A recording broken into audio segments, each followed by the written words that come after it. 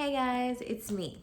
Let's talk about the Saturn Jupiter conjunction that everybody's talking about happening on December 21st because people are saying we're turning into X-Men, people are saying that we're turning into dinosaurs, people are saying that we're turning into aliens, people are saying that our DNA is changing, just a bunch of stuff, which is all great, but I love the facts. So let's talk about the facts. And if it's one thing I hate too is a fear-based approach to things and fear being perpetuated when we should just be counteracting it with just knowledge. So let's jump into it. First, let's start with what is a conjunction. So a conjunction in astrology is simply when two planets are in such close proximity that they are within a specific number of degrees apart. So they're either within the same degree or within 8 degrees apart from each other. And so Saturn and Jupiter are said to be aligning and are going to be within their closest proximity on December 21st, when they will be a tenth of a degree apart from each other. So that's really, really, really, really close. To give you an idea, many people say that a degree can be judged based on the width of the full moon, or in practical terms, the width of the space between your finger outstretched to your body. So this would be the measurement of a degree. Now, if you think about a tenth of that space that I just showed you, that's how closely aligned Saturn and Jupiter will be from each other on December 21st. So that's why everybody is really, really excited about this. Jupiter orbits the sun every 12 years, and Saturn takes roughly 30 years, 29, 30 years to orbit the sun.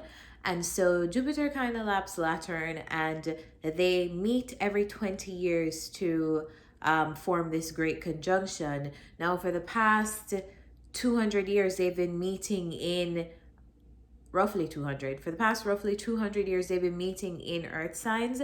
And now for the next 200 years, they're said to be the great conjunctions will be happening in air signs. So Libra, Gemini, Aquarius.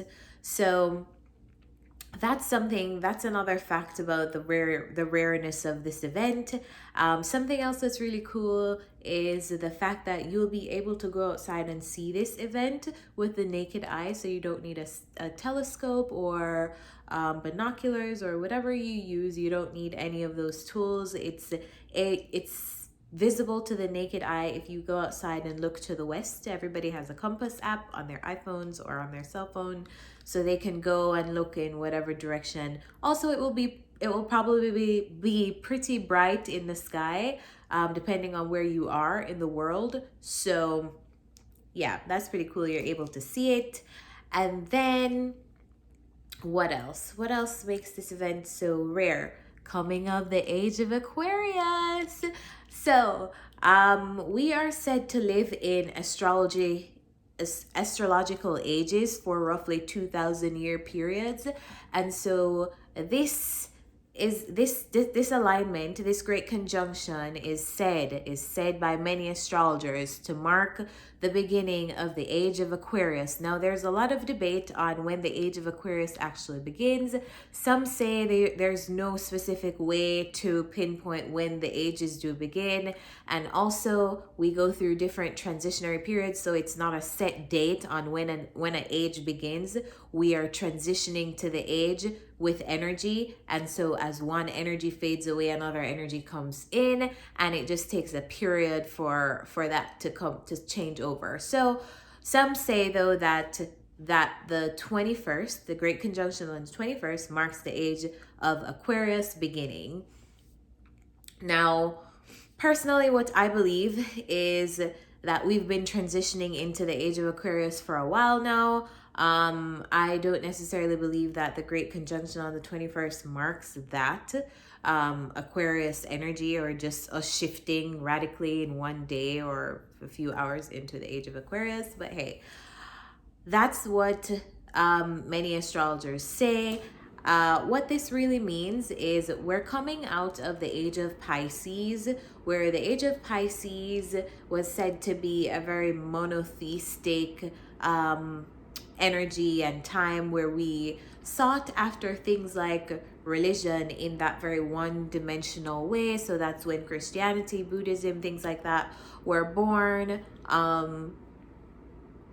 We're transitioning now into the age of Aquarius, where Aquarius rules things like humanitarianism, individualism, rebellion. Many people say Aquarius energy is very rebellious. Personally, I just think Aquarius energy is very individualistic, and sometimes individualism looks like rebellion because people who are individuals dare to not conform to the status quo, and that can look like them being rebellious when they're really just being true to themselves, and daring to be true to themselves. So I don't necessarily think Aquarius energy is rebellious. I more so think it is ballsy. It is standing in, confidently being an individual and making life up according to you. Aquarius also rules humanitarianism, so this can look like a more collective focus on people and humanitarian issues. So whether that be more LGBTQ issues raising to the forefront in 2020 in particular, we've seen a lot of Black Lives Matter and minority issues being raised to the forefront, and this is said to be able, this is said to be one way in which humanitarianism is manifesting, and that focus and hypervigilance in society, influenced by the age of Aquarius, is playing out for us. So there are different ways that it can manifest collectively for us. Oh, technology is something else that Aquarius rules. So this can look like a lot of technological advancements in the coming couple of years, or not even couple of years, because the age is going to be around for a good amount of years, roughly 2000. So this can look like new AI, this can look like new robots, things like that. So you can just be on the lookout for how this energy will affect us as a collective, and then individually how this will affect you. I suggest you look in your birth chart by now. If you tap into any kind of information from me, you are very, very much aware of what a birth chart is. If you're not and you're new here, by some chance you're not aware of what a birth chart is, you can get many apps and go to many websites where you can download and get a visual of your chart.